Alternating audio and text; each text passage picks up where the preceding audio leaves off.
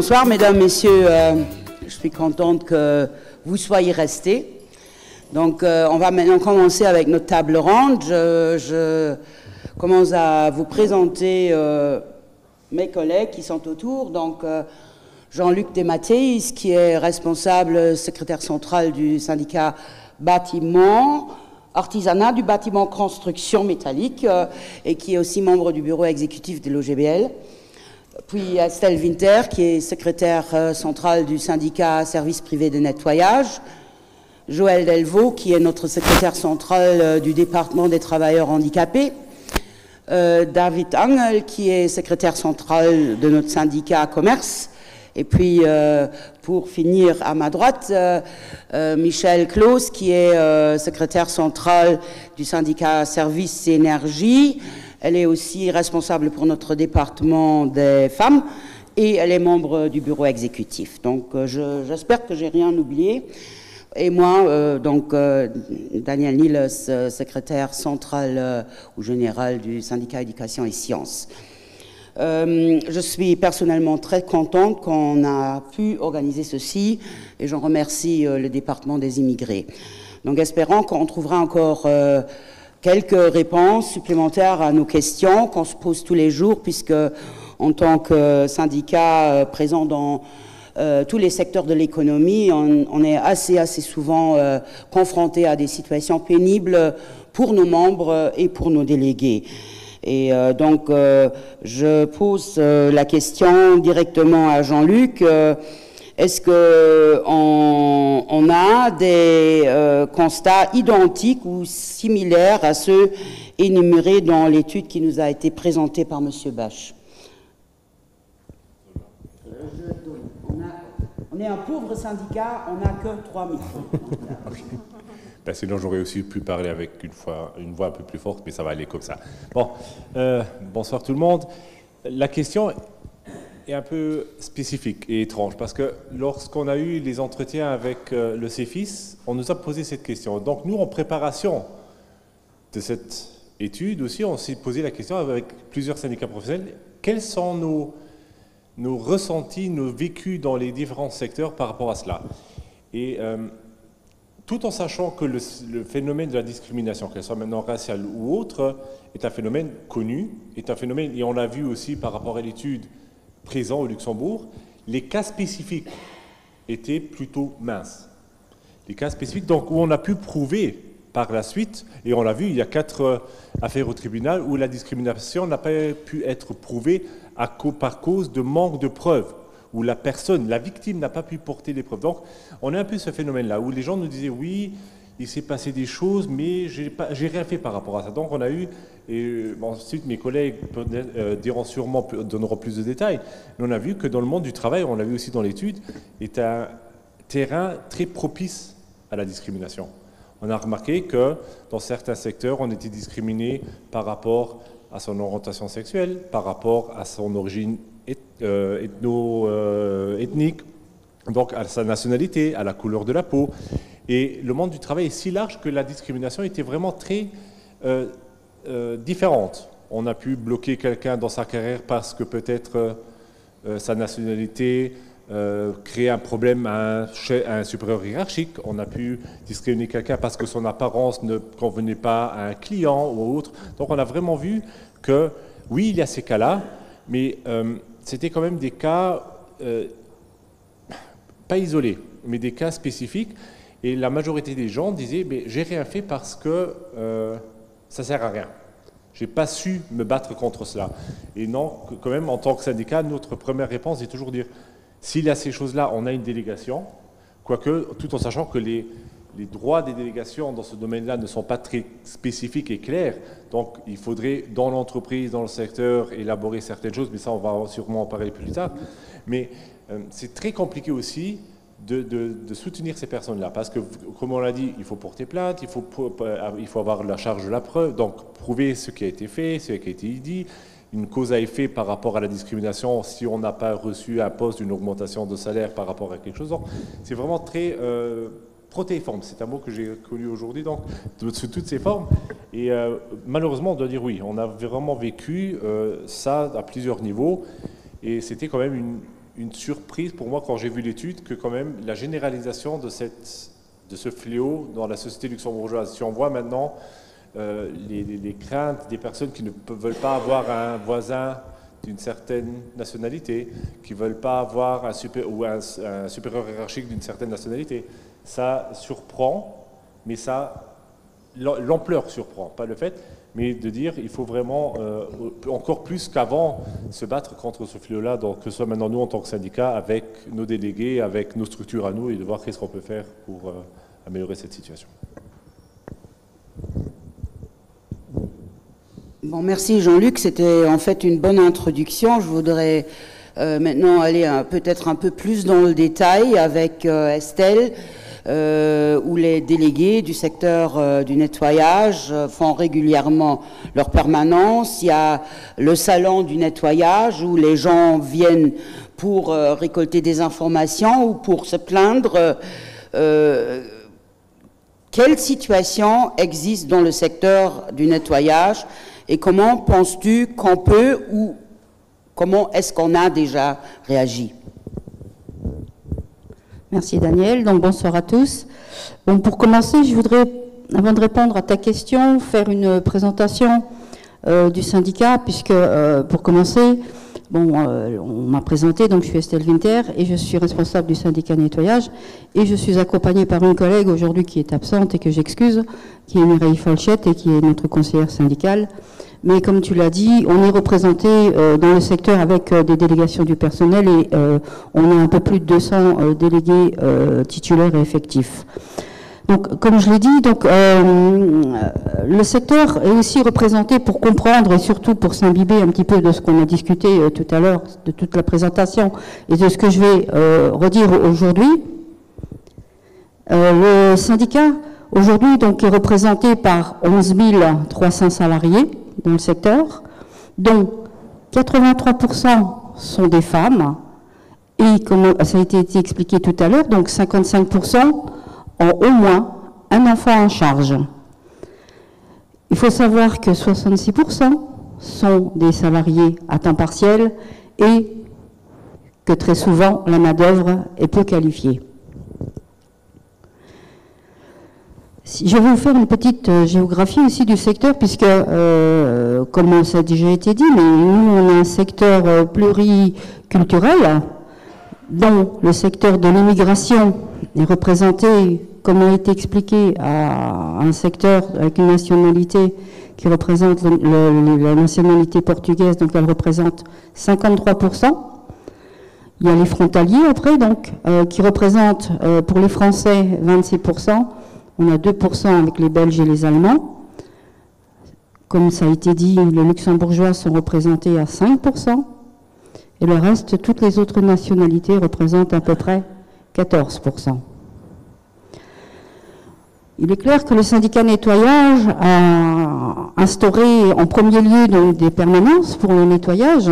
Donc des permanences, c'est des délégués du personnel d'entreprise qui effectuent tout au long de la semaine à tour de rôle par entreprise dans les bureaux de l'OGBL à Luxembourg, une permanence soit le matin ou soit l'après-midi afin de recevoir le personnel de leur entreprise puisque, comme vous pouvez comprendre, le secteur du nettoyage, on n'est pas dans une usine, on n'est pas dans un bâtiment, donc le nettoyage est externalisé vers des entreprises externes.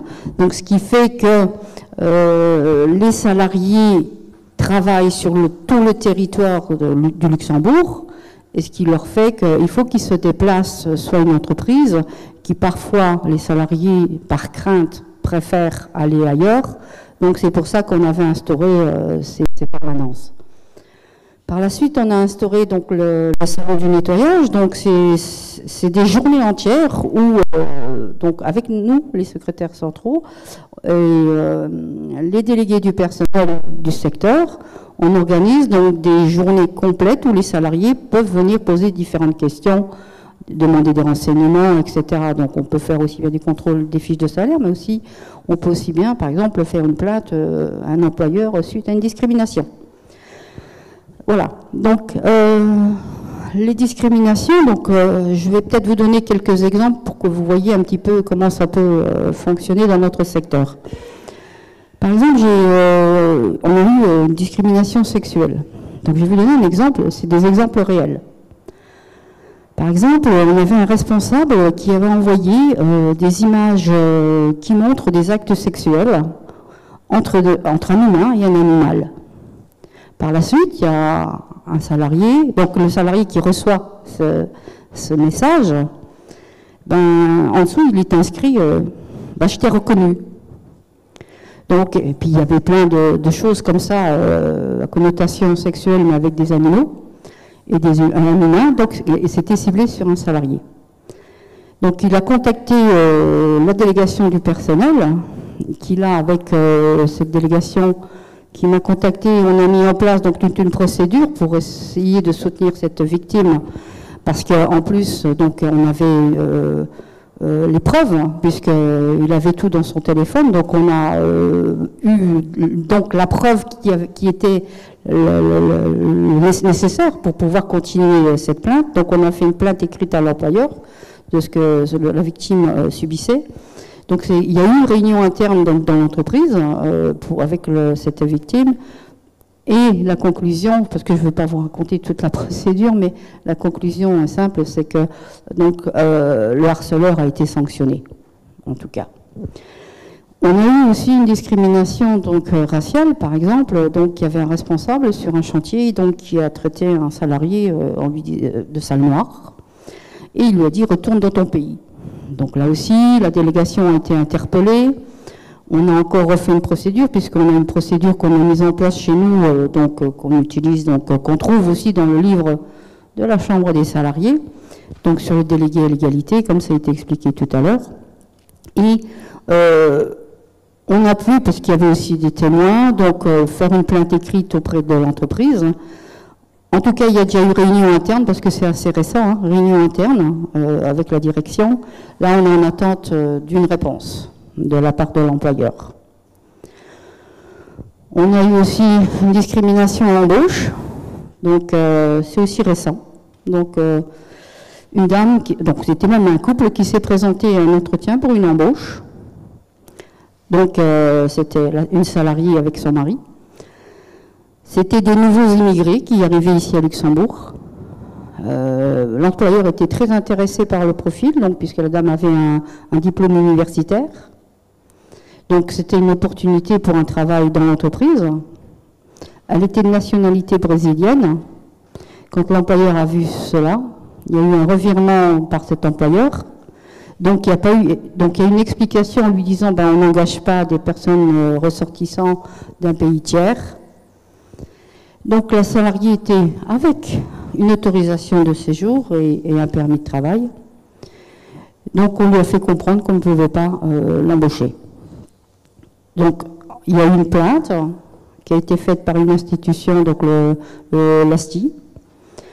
Nous avons été donc informés, et donc la délégation du personnel a eu un entretien avec la direction, la direction naturellement s'en excuse, mais demande à ce que cette salariée, cette dame revienne en tout cas auprès de l'entreprise afin que l'employeur s'excuse et voir si elle serait toujours intéressée pour un poste, en tout cas au travail. Bon, c'est clair que dans notre secteur, il y a aussi beaucoup d'autres discriminations, puisque les salariés sont confrontés. Je vais vous donner des petites explications, des petites phrases, parce que je ne vais pas faire le détail de tout, mais par exemple, on dit souvent que les salariés sont des profiteurs pour avoir des aides sociales, qui ne contribuent pas à l'économie luxembourgeoise.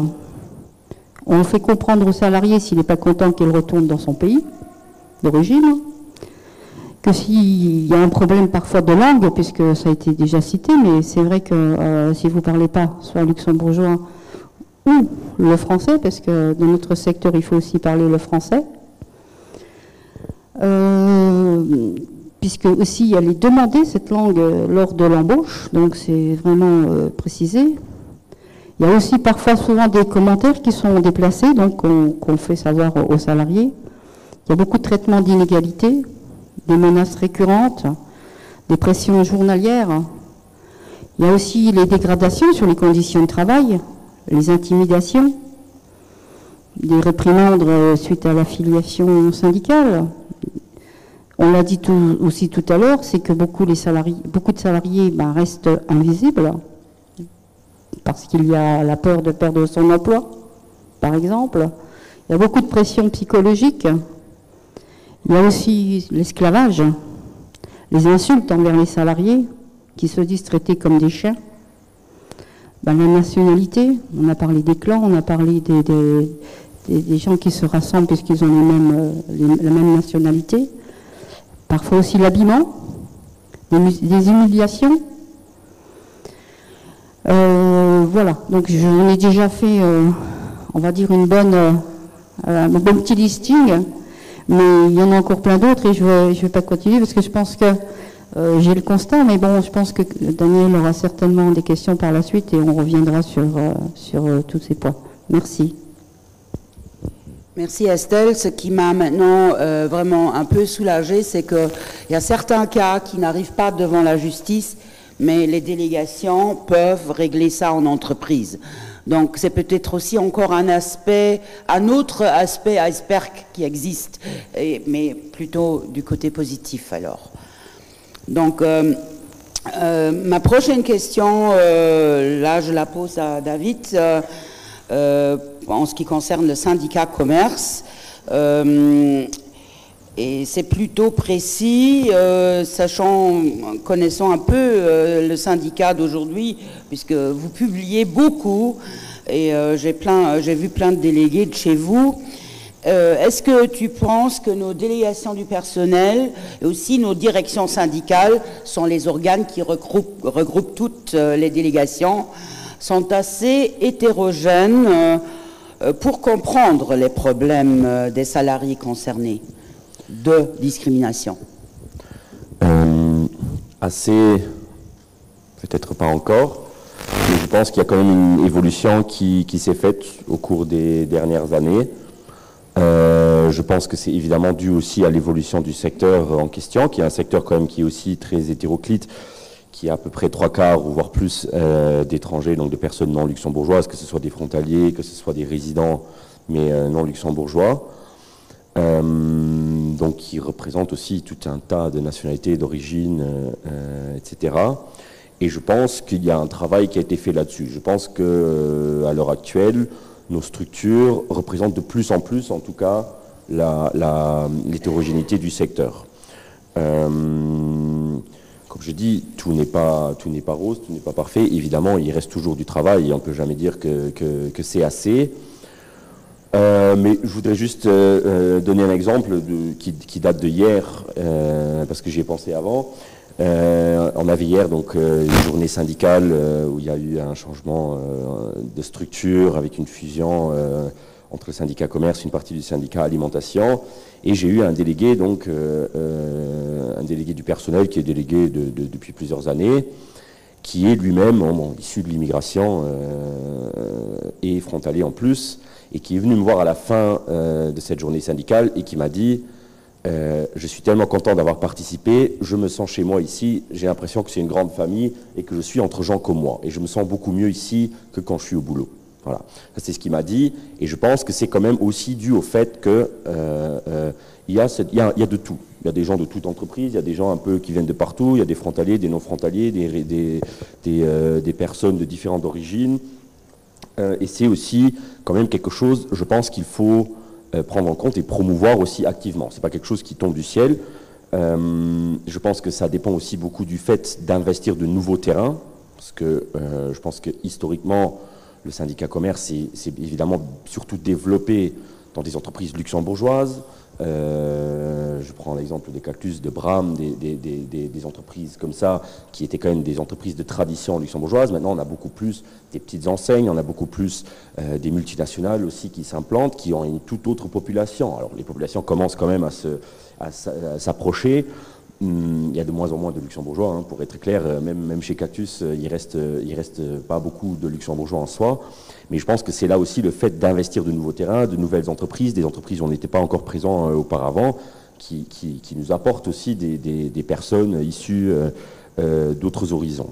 Je pense que c'est aussi, et là aussi c'est une question de promotion active, je pense, c'est aussi identifier des personnes dans les entreprises qui peuvent jouer un rôle, qui peuvent jouer un rôle de porte-parole, qui peuvent rassembler leurs collègues derrière elles, qui peuvent mobiliser, qui peuvent sensibiliser, etc., et les promouvoir. Et voilà, si on identifie de nouvelles personnes, souvent, vu la population, c'est des populations aussi qui sont issues de l'immigration ou qui sont frontaliers ou autres. Donc je pense que là aussi, c'est une question de promotion active. Une autre question qui en fait partie, en quelque sorte, c'est aussi la question de la langue. On a toujours cette problématique, ou cette thématique, dans toutes nos structures, je pense.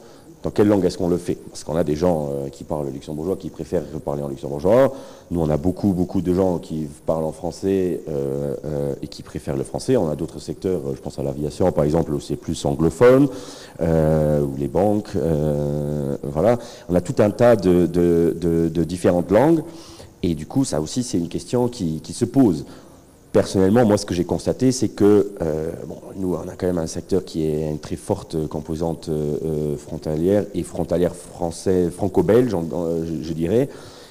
Et donc, on a à un moment, on a décidé de faire nos réunions et tout ce qui se faisait en français, parce que c'est la langue de la majorité dans le secteur.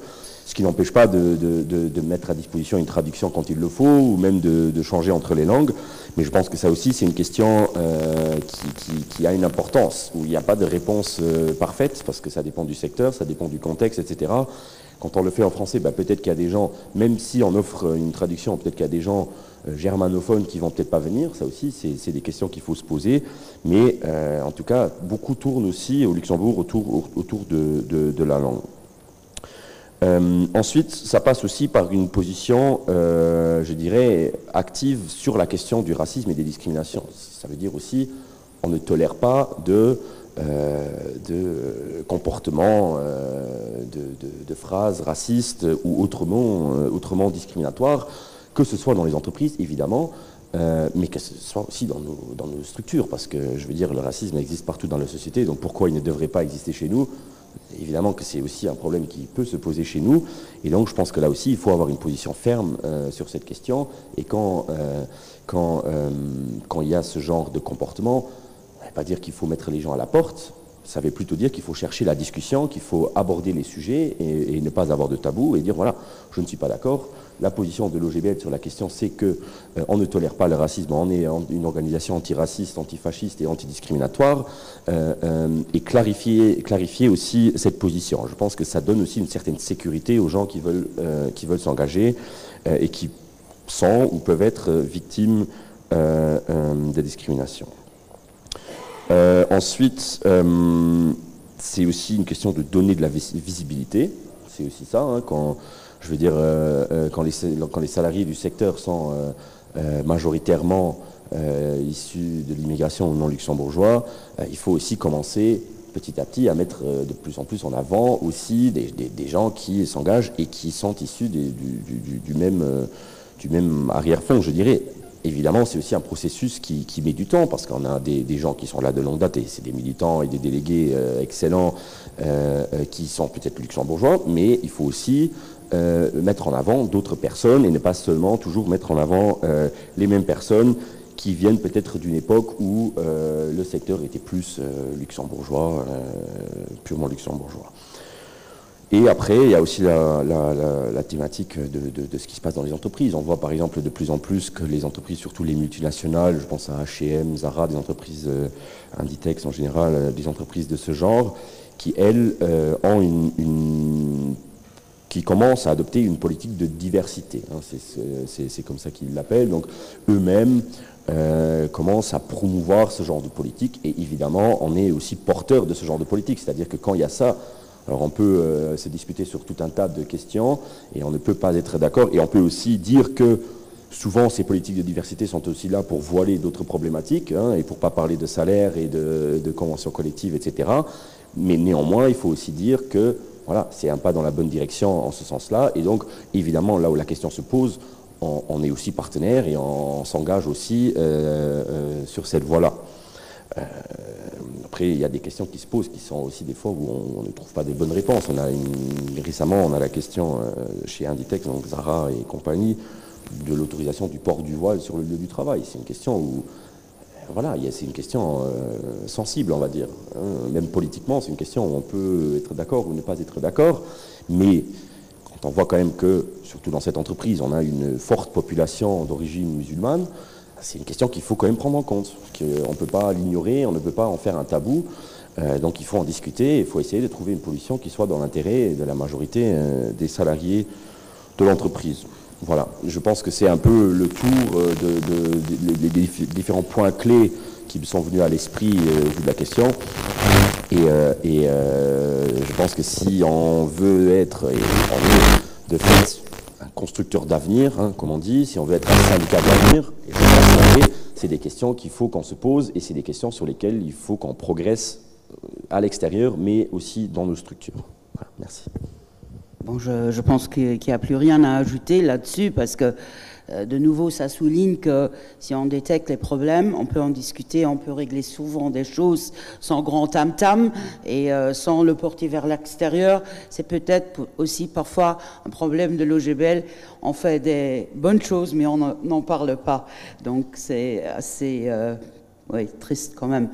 Mais tu as dit quelque chose sur la langue et là, mon moment est venu parce que lorsque on a organisé cette semaine contre les discriminations, la langue, ça m'a vraiment posé des problèmes parce qu'en fait, puisque tout est en français, on a évasé plein de demandes qui sortent de l'immigration.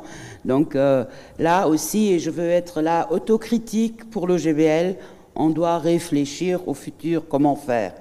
J'ai voulu vraiment le dire, on en a discuté, on a dit que ça peut poser des problèmes, mais que l'organisation sera assez compliquée, mais on fera mieux au futur, comme ça, du moins, ça a été dit. Bon, ma prochaine question va à Joël. Donc, ce dernier rapport du Centre de l'égalité de traitement, c'est là pour la première fois que l'origine ethnique est le premier motif de discrimination. Parce qu'avant 2021, le handicap était toujours, et ça depuis 2011, le premier motif. Donc suivi par l'appartenance ou non-appartenance vraie ou supposée à une race ou ethnie, le sexe après, la religion ou les convictions, l'âge et l'orientation sexuelle, c'était comme ça toujours les motifs de la discrimination.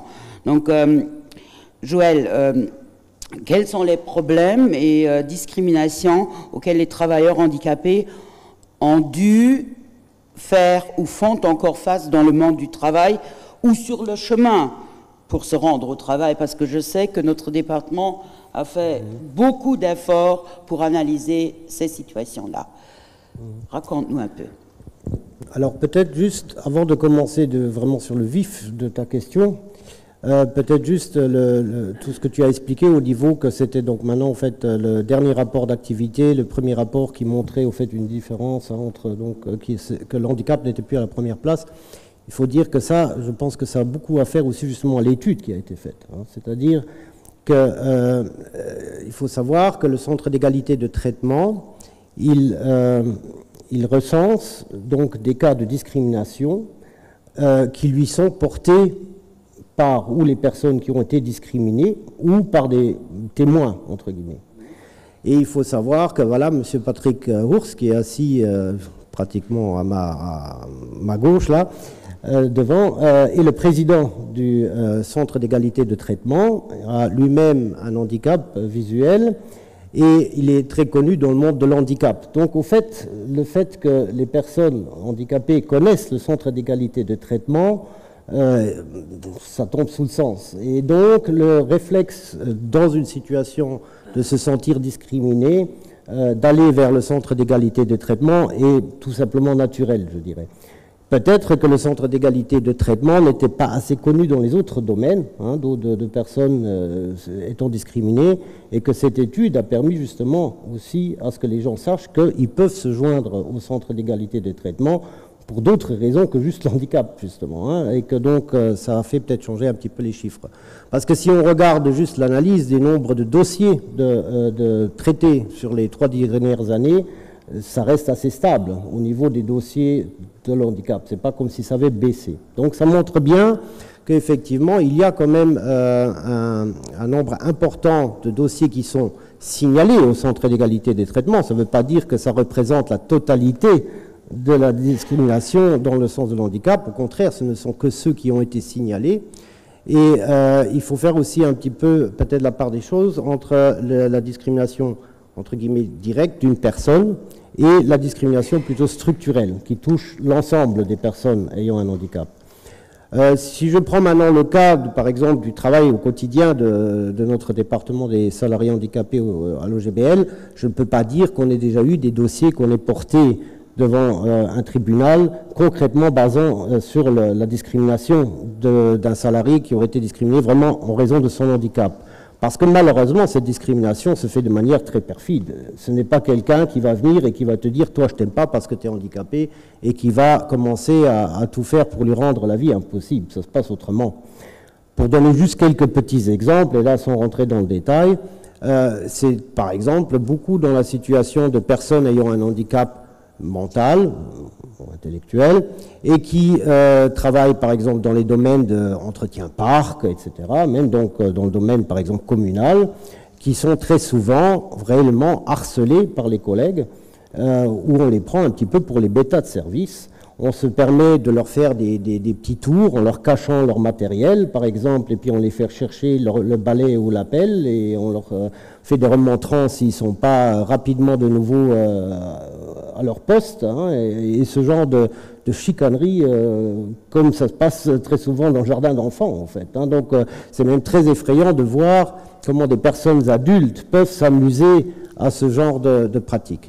Après, est-ce que c'est dû par un manque de sensibilisation, manque d'éducation, manque de peut-être d'humanisme tout simplement aussi et de respect à l'autre, j'en sais rien, mais on peut constater qu'effectivement il y a quand même régulièrement des cas de personnes qui viennent effectivement à notre département et se plaignent de ce cas de figure.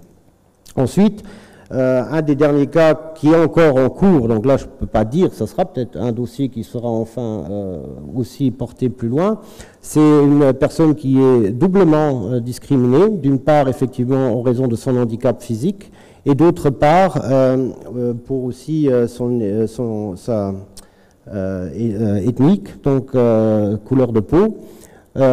Cette personne a été embauchée et travaillé sur la traitance de dossiers financiers, avait toujours de très bons résultats, c'est-à-dire dans cette entreprise, ils font trimestriellement parlant des bilans des buts qu'ils devaient atteindre et s'ils les ont atteints, est-ce qu'ils pourraient améliorer, etc. Il y avait toujours de très bons résultats.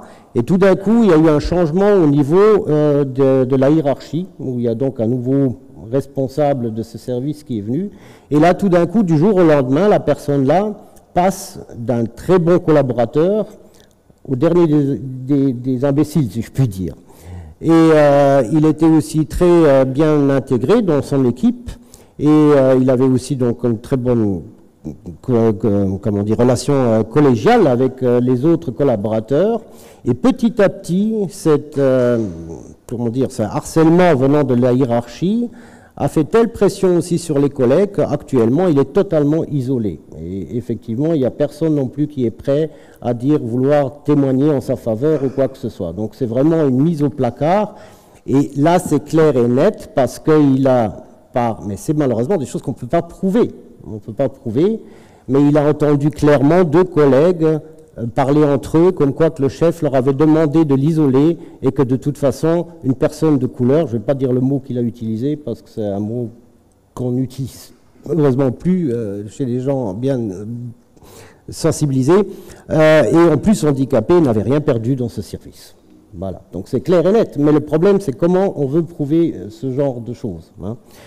Après, les discriminations plutôt d'ordre structurel, c'est plutôt au niveau des aides et même des lois ou tout ça qui existent, où il y a tout simplement un manque réel encore d'aménagement pour permettre vraiment l'égalité des chances. Par exemple, commençons par quelqu'un qui veut faire un apprentissage professionnel.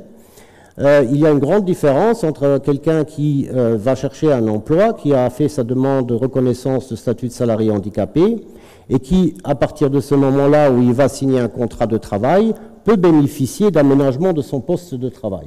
Donc là, par exemple, il peut avoir l'installation de portes qui ouvrent électriques, ou d'un aménagement spécifique au niveau de son ordinateur, ou d'autres aménagements qu'il a besoin pour pouvoir travailler le plus autonome possible à son poste de travail. Par contre, malheureusement, pour quelqu'un qui veut faire un apprentissage, il n'y a pas encore la possibilité d'avoir le statut et donc de pouvoir bénéficier d'aménagement. Donc il doit faire un apprentissage sans pouvoir recevoir les aides aux besoins spécifiques qu'il a. Donc c'est pratiquement lui mettre des bâtons supplémentaires dans les roues et lui rendre cet apprentissage-là très difficile, pour ne pas dire impossible. Ensuite, il y a également au niveau justement du transport, c'est ce que tu avais déjà énoncé, un gros problème au niveau de ceux qui ne peuvent malheureusement pas participer ou prendre tout simplement le transport public en commun, parce que malheureusement l'handicap est trop lourd pour pouvoir monter dans un bus ou dans un train, ou tout simplement parce que peut-être le déplacement entre le domicile jusqu'au prochain arrêt est trop loin, donc ça ne doit pas forcément être que le bus qui est un problème, ou le train, ou quoi que ce soit, mais ça peut être tout simplement que la personne habite trop loin d'un prochain arrêt et ne peut pas se déplacer de manière autonome pour s'y rendre. Elle aurait théoriquement donc le droit, ou du moins ça n'a jamais été trop un problème, le droit d'un transport spécialisé.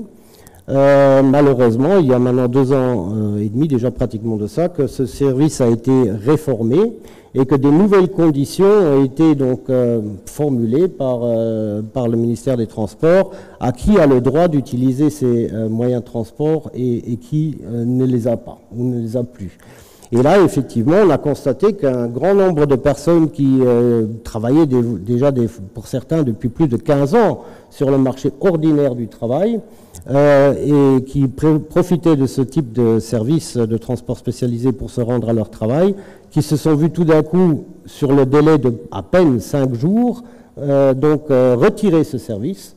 Et donc, se devaient se débrouiller tout d'un coup pour pouvoir aller à leur travail. Ce qui, pour beaucoup, était vraiment un moment de grande panique, parce qu'ils n'avaient absolument pas de solution pour pouvoir continuer de pouvoir se rendre à leur travail, et avaient vraiment peur de perdre aussi leur travail. Donc là, effectivement, notre département a essayé, en négociant avec le ministère des Transports et aussi avec les employeurs des personnes qui étaient touchées directement et tout ça, d'arriver à trouver des arrangements. Partiellement, ça a été fait, mais le problème en lui-même est toujours encore en cours, c'est-à-dire que ça reste toujours encore problématique, entre guillemets.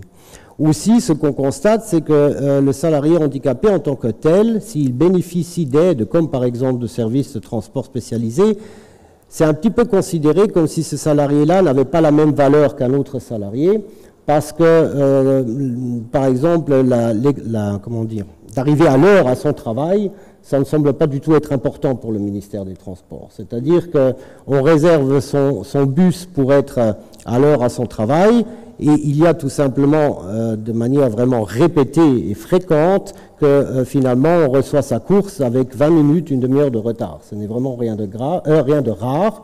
Et si on signale ça donc au ministère des Transports, qui a un service en plus où on peut signaler les problèmes qu'on rencontre, c'est vraiment pas vraiment pris au sérieux. Mais ça pose un vrai problème, parce que les personnes qui travaillent, qui sont embauchés, ils ont évidemment la même obligation que n'importe quel autre collègue d'arriver à l'heure à leur poste de travail, et en fonction de quel poste qu'ils occupent, c'est même peut-être un poste clé, ou dans le sens, par exemple, où ils font la réception, où ils doivent être à l'heure là pour pouvoir déjà simplement que l'entreprise soit prête quand les gens arrivent, par exemple. Donc et c'est pas vraiment pris au sérieux, c'est un petit peu comme si la personne salariée handicapée, c'était une balade qu'elle va faire. Ce n'est pas maintenant très important qu'elle arrive à l'heure ou pas, Donc ça, ce sont des choses qu'on constate.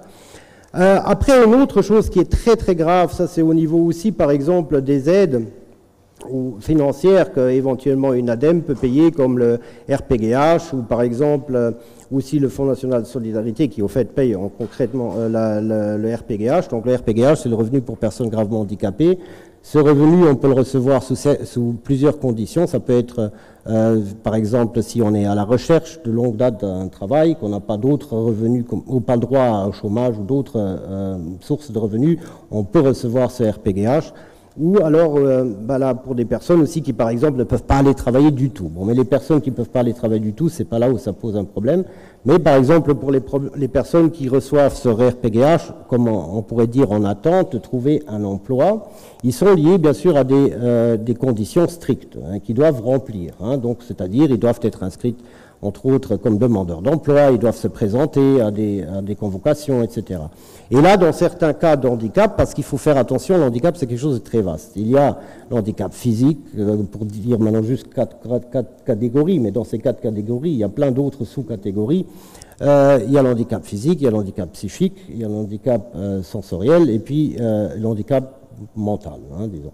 Et donc, dans le cadre, justement, handicap psychique, il faut savoir que ce sont aussi souvent des personnes qui ont du mal avec tout ce qui est autorité, avec ce qui est les règles, ce qui est de retenir vraiment les dates ou de rentrer des documents à temps, par exemple, quand on leur demande, etc.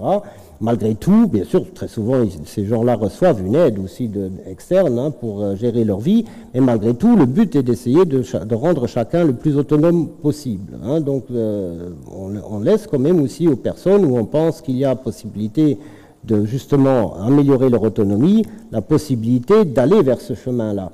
Et donc là, par exemple, on a maintenant de plus en plus de dossiers qui arrivent où le Fonds national de solidarité envoie une convocation quelconque, une demande quelconque à la personne, et si la personne ne répond pas en disant les 8 jours, elle se voit couper pénalité de son RPGH, par exemple.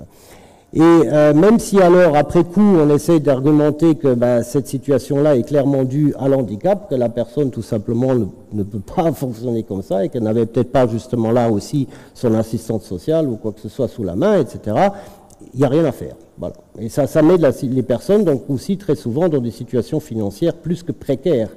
Et c'est quelque chose qui ne devrait tout simplement pas être. Donc c'est clair qu'il faut responsabiliser les gens, mais on ne peut pas comme ça voilà. Ensuite, encore un autre aspect, c'est que j'ai parlé déjà à plusieurs reprises du fait des personnes qui étaient sur le premier marché du travail, donc le marché ordinaire. Il faut savoir que pour beaucoup de personnes qui ont le statut de salarié handicapé, il existe aussi ce qu'on appelle le marché du travail secondaire, donc les ateliers avant appelés ateliers protégés, aujourd'hui appelés ateliers d'inclusion. Alors, ça sonne bien, atelier d'inclusion, mais il faut dire qu'en dehors du nom qui a changé, dans la pratique, il n'y a pas vraiment grand-chose qui a changé. Ça fonctionne toujours de la même façon. Et malheureusement, c'est vraiment un monde du travail parallèle au monde du travail ordinaire, où les personnes en sortent trop rarement. Ils arrivent trop rarement à quitter ce domaine du salarié protégé, entre guillemets, pour aller vers le marché ordinaire. Et là, ce qui est un grave problème, c'est que les personnes qui sont embauchés dans ces ateliers, ils reçoivent le salaire minimum garanti non qualifié, et ça va rester de la date où ils ont signé leur contrat de travail jusqu'à la date où ils le quittent. C'est-à-dire qu'il n'y a aucune possibilité d'évolution de carrière, il n'y a aucune évolution de salaire. Et nous avions d'ailleurs justement, il y a maintenant à peine un mois de ça, un entretien avec le ministère du Travail et le ministère de la Famille, les deux ministères responsables du domaine de l'handicap, pour leur parler de cette situation et qu'au fait c'était discriminatoire. Et eux nous ont dit clairement que la loi n'empêchait à aucun atelier protégé de donner plus s'il le voulait. La garantie que les ateliers protégés ont, c'est que l'État prend en charge 100% du salaire minimum garanti. C'est-à-dire que les institutions ne payent rien au salaire de ces salariés handicapés, font de la production, avec quand même ces salariés handicapés, et seraient libres de donner des augmentations ou des primes d'encouragement ou quoi que ce soit s'ils le souhaiteraient. Mais ça n'a pas l'air d'être le cas, puisque justement, on constate que c'est dans tous les ateliers, malheureusement, comme ça. Donc voilà, il y a vraiment deux cas différents de discrimination, dans un sens, le côté plutôt structurel, entre guillemets, hein, donc voilà, et puis les discriminations directes, entre guillemets. Hein, donc, ouais. Bon, merci Joël. Oui, il y a plusieurs pistes là à suivre. Je dirais que, bon, c'est peut-être un peu, oui, mais il y a du pain sur la planche. Il y en a assez. Et on voit très bien qu'il y a aussi encore beaucoup de changements à apporter à la législation actuelle. Et donc, ma prochaine question va à Michel.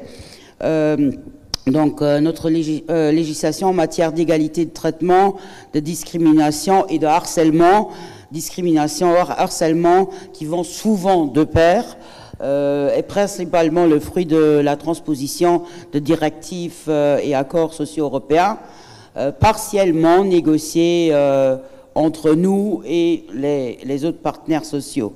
Donc, est-ce que notre législation est suffisante à tes yeux? Est-ce que les mécanismes prévus sont efficients? Est-ce qu'elle aide vraiment à prévenir et remédier aux discriminations et au harcèlement? Ben, je pense que la réponse est assez claire après les témoignages qu'on a déjà entendus avec les collègues des secteurs et départements, mais aussi au vu des chiffres de l'étude qui a été présentée, c'est que non. Si on a des cas comme ça, si on a des chiffres comme ça montre qu'il y a un problème et que les leviers légaux qui sont en place sont insuffisants. Ce qui est bien, c'est qu'il existe des lois. Donc il semble y avoir quand même une vraie volonté du législateur de faire quelque chose. Mais dans la réalité concrète, on constate que souvent, ces textes sont bien pensés, mais qui restent en partie lettres mortes. Et il y a des raisons à ça. Et c'est ces raisons-là qu'il faut voir et analyser et qu'il faut y remédier. Une première chose, c'est que pour y remédier, il nous faut des chiffres et des statistiques, et je pense que ça a été aussi dit avec l'étude. Parfois, on les a, mais il nous en manque aussi. Il faudrait vraiment avoir des chiffres concrets et comparables sur toutes les formes de discrimination qui existent.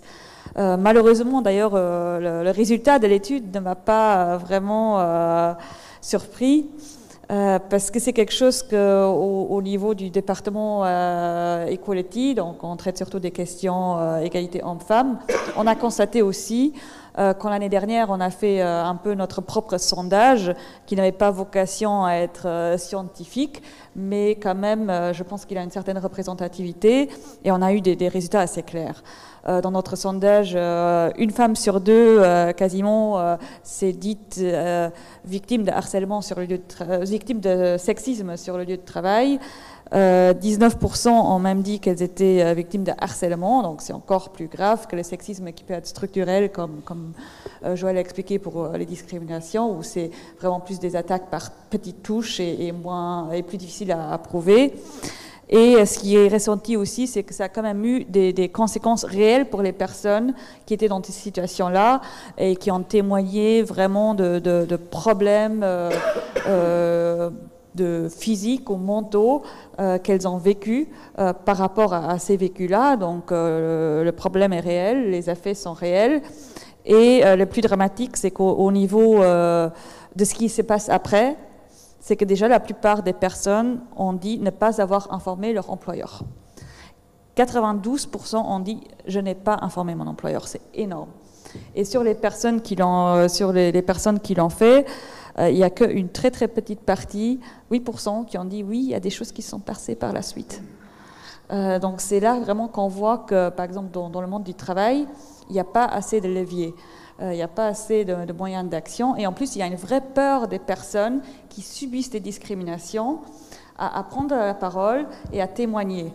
Et ça a une raison. Et la raison, c'est que toute la charge de la preuve repose sur la personne discriminée. Donc déjà, je fais le pas de dire je suis discriminée, c'est un pas difficile. Il y a une barrière psychologique aussi dans notre société très productiviste, très axée sur la réussite, de se dire je suis discriminée et je vais porter plainte, parce que c'est souvent aussi une image des que les personnes n'ont pas d'elles-mêmes. Elles ne veulent pas dire qu'elles sont en situation de subir des discriminations parce qu'elles ont l'impression que ça va être perçu comme faiblesse, et c'est une peur réelle qui existe et qu'il faut aussi contrer. Et alors, même si elles trouvent le courage de le faire, elles ne se sentent pas soutenues. Et on l'a vu avec les cas aussi que Estelle a présentés, mais aussi dans l'étude. Après, il y a des personnes qui échouent aussi. Et ça, c'est terrible. Donc, non seulement je suis victime, je prends tout mon courage, je vais agir contre, et après, je suis désavouée alors que les faits étaient réels. C'est une expérience horrible, et ça montre qu'il y a du pain sur la planche et qu'il faut vraiment un meilleur encadrement et une meilleure loi et des meilleurs leviers pour aider ces personnes-là, et que la responsabilité ne doit pas être sur l'individu, mais qu'il faut vraiment des contraintes réelles au niveau législatif. Pourquoi est-ce que c'est la personne qui doit tout prouver ? Par exemple, en Islande, au niveau de la discrimination salariale entre hommes et femmes, là, il y a vraiment un retournement de la situation dans la législation, et la responsabilité a été mise sur l'entreprise qui doit, elle, prouver de façon générale qu'elle ne discrimine pas. C'est quelque chose qu'on pourrait imaginer. Je sais que si je dis ça, il y a des fédérations patronales qui vont bondir, mais pourquoi est-ce que ce ne seraient pas les entreprises qui devraient aussi montrer qu'elles ne discriminent pas pour quelque raison que ce soit? C'est quand même une réflexion qu'on devrait avoir, des discussions qu'on devrait avoir. Et je voudrais quand même aussi juste pointer encore quelque chose qui a été aussi brièvement mentionné dans l'étude, le problème de ce qu'on appelle l'intersectionnalité. C'est un mot un peu compliqué pour dire quelque chose d'assez facile. Le constat que les discriminations peuvent aussi être cumulées. Donc je peux être discriminée pour mes origines ethniques, pour ma religion, pour mon orientation sexuelle, pour mon genre, etc. Mais si une personne, par exemple, est une femme asiatique, homosexuelle, vivant avec un handicap, on peut facilement imaginer que cette personne-là va, avec une forte probabilité, subir des discriminations multiples. Et là, c'est beaucoup plus grave. Et on a des cas aussi concrets. Il y a un cas, il y a un an à peu près, qui a été thématisé dans la presse, d'une femme qui était réfugiée, qui était victime de harcèlement sexuel, et qui a porté plainte. Donc elle a fait ce qu'il faut, elle a pris son courage, elle a témoigné, elle a porté plainte. Et qu'est-ce qui s'est passé? On lui a pris son passeport et on l'a menacé d'expulsion. Donc heureusement, elle s'était adressée aux bonnes structures. Il y a des structures qui se sont battues pour elle.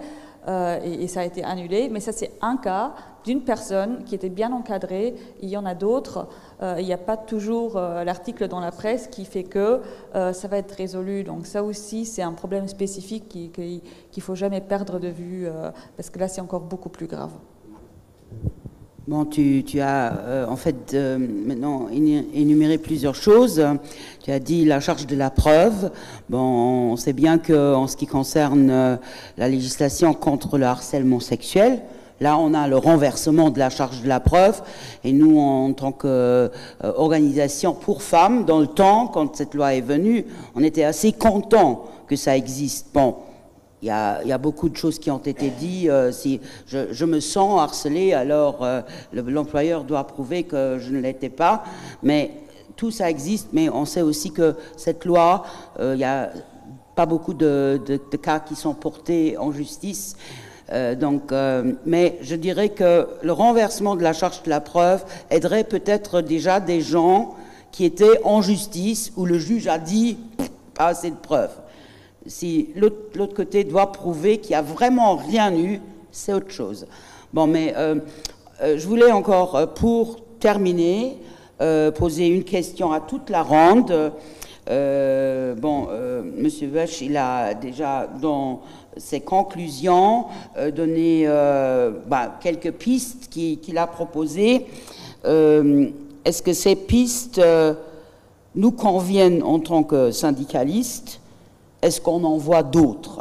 Certaines ont déjà été énumérées par l'une ou l'autre, mais on a discuté entre les portes déjà un peu. Qui veut prendre la parole pour donner encore une qui m'a semblé très bien? Oui, je pense que pour rebondir là où on a arrêté, effectivement, pour l'inversement de la charge de la preuve, c'est quelque chose qu'en tant qu'OGBL, on revendique pour le harcèlement moral, où on revendique une véritable loi qui est claire, qui est forte et qui vraiment aide les salariés. Et là, il faut vraiment qu'il y ait ce même renversement de la charge de la preuve comme il existe pour le harcèlement sexuel. Après, au niveau du département des femmes, je vais juste revenir sur la question peut-être du délégué à l'égalité. C'est une discussion qu'on a beaucoup parce que, premièrement, on trouve que le délégué à l'égalité, c'est extrêmement important que ça existe. Et on trouve quand même qu'il faut encore le renforcer. Il a des missions, c'est important, mais souvent, il a des droits de proposition. C'est bien. Mais on constate souvent au quotidien dans les entreprises qu'il y a des propositions qui sont faites, mais l'employeur n'est pas intéressé et alors les moyens d'action sont très très restreints.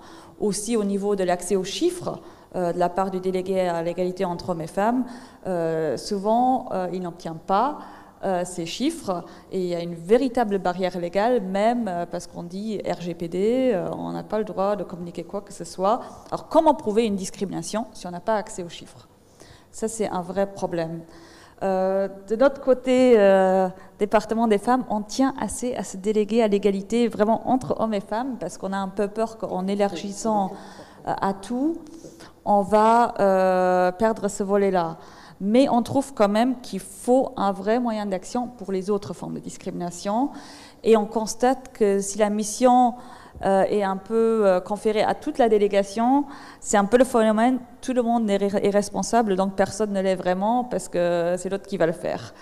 Donc je pense que ça pourrait être vraiment une piste de créer une nouvelle fonction au sein de la délégation pour vraiment adresser spécifiquement la question de la lutte contre les discriminations. Quelqu'un d'autre?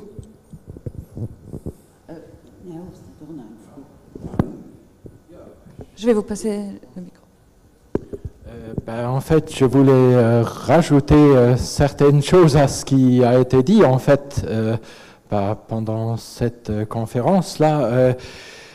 D'une part, c'est vrai que le CET réclame aussi beaucoup plus de moyens parce que le CET, comme vous l'avez certainement lu dans les rapports d'activité qu'on publie tous les ans, on est quasiment à la merci des parties adverses. Donc si quelqu'un décide de ne pas nous répondre quand il y a une réclamation de discrimination, il ne répond pas en fait. On n'a aucun pouvoir et donc il y a des projets qui sont en cours en fait pour donner plus de pouvoir au CET, notamment de pouvoir ester en justice par exemple, de pouvoir accompagner par exemple des salariés qui sont victimes d'une discrimination lorsque on peut vraiment établir des preuves. Et de l'autre côté, par rapport à ce qui vient d'être dit sur la transparence des entreprises, il va y avoir des directives de l'Union européenne qui sont en cours d'instance, qui vont être proposées prochainement par la Commission européenne en novembre.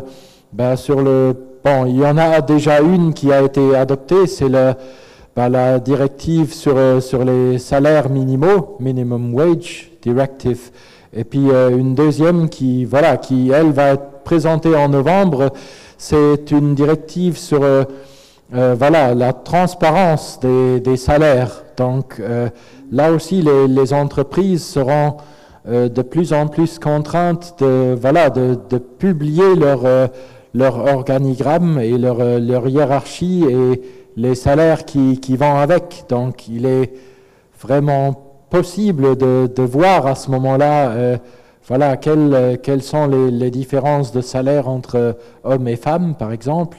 Donc c'est cela que je voulais ajouter en fait.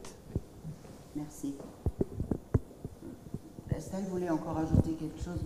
Oui, moi ce que je voudrais rajouter, c'est quelque chose qu'on n'a pas trop discuté.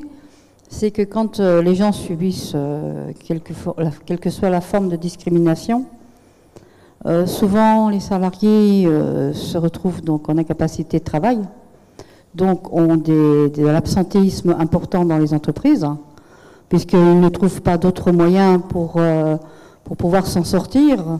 Donc souvent, ce qui se passe, c'est que les gens, par la suite, se font licencier après les 26 semaines, puisqu'il y a la législation qui le permet.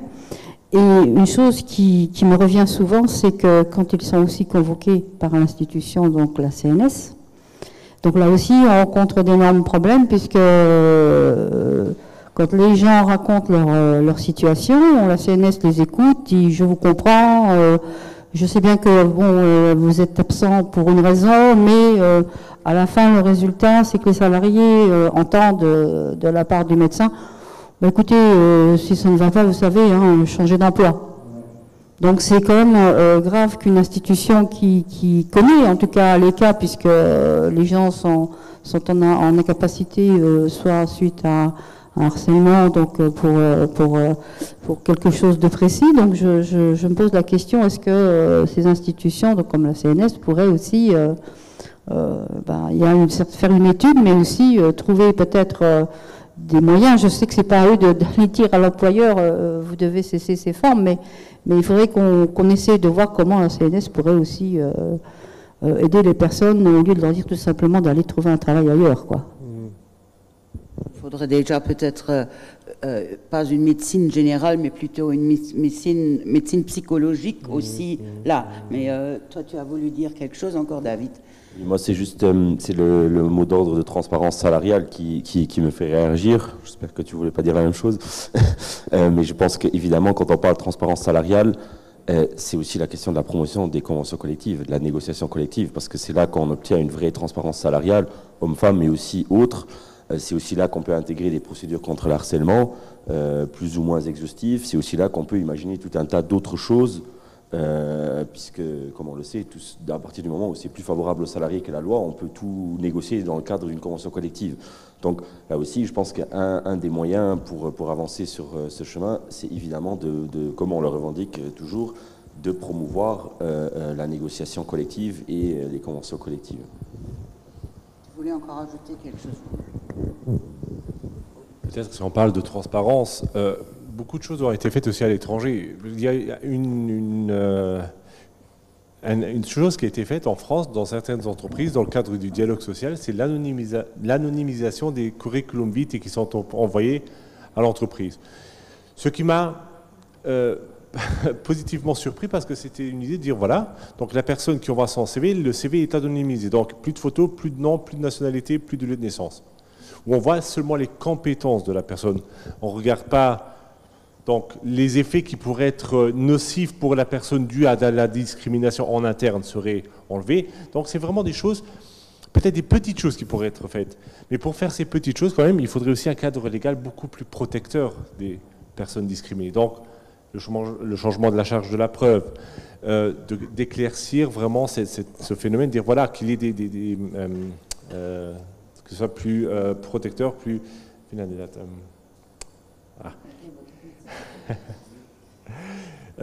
qui attaque aussi les auteurs de ces actes, donc qui puissent protéger, parce que là, si on a ce cadre protecteur, on peut faire beaucoup plus dans les entreprises. Si on aurait plus de cogestion en tant que délégation du personnel, on pourrait aussi discuter sur ces phénomènes-là. David l'a dit, la convention collective est le moyen aussi par excellence de lutter contre les discriminations salariales, parce que là, on peut vraiment mettre des termes clairs, quoique il y a aussi des effets qui sont faits par beaucoup d'entreprises, donc les évaluations personnelles qui sont très subjectives. Et là, à nouveau, la discrimination peut revenir. Donc, c'est pour ça qu'on se bat le plus possible contre cette forme de rémunération.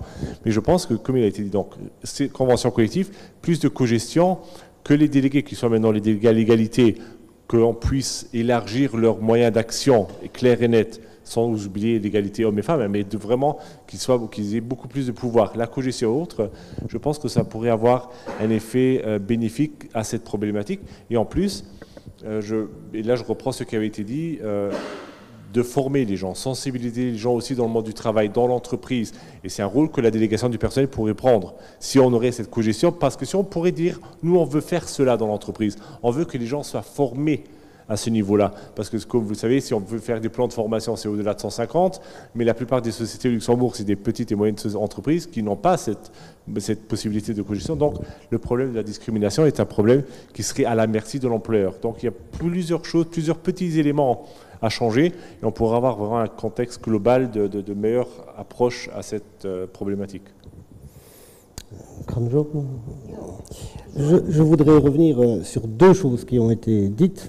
Voilà. D'abord, le curriculum vitae anonymisé, il existe.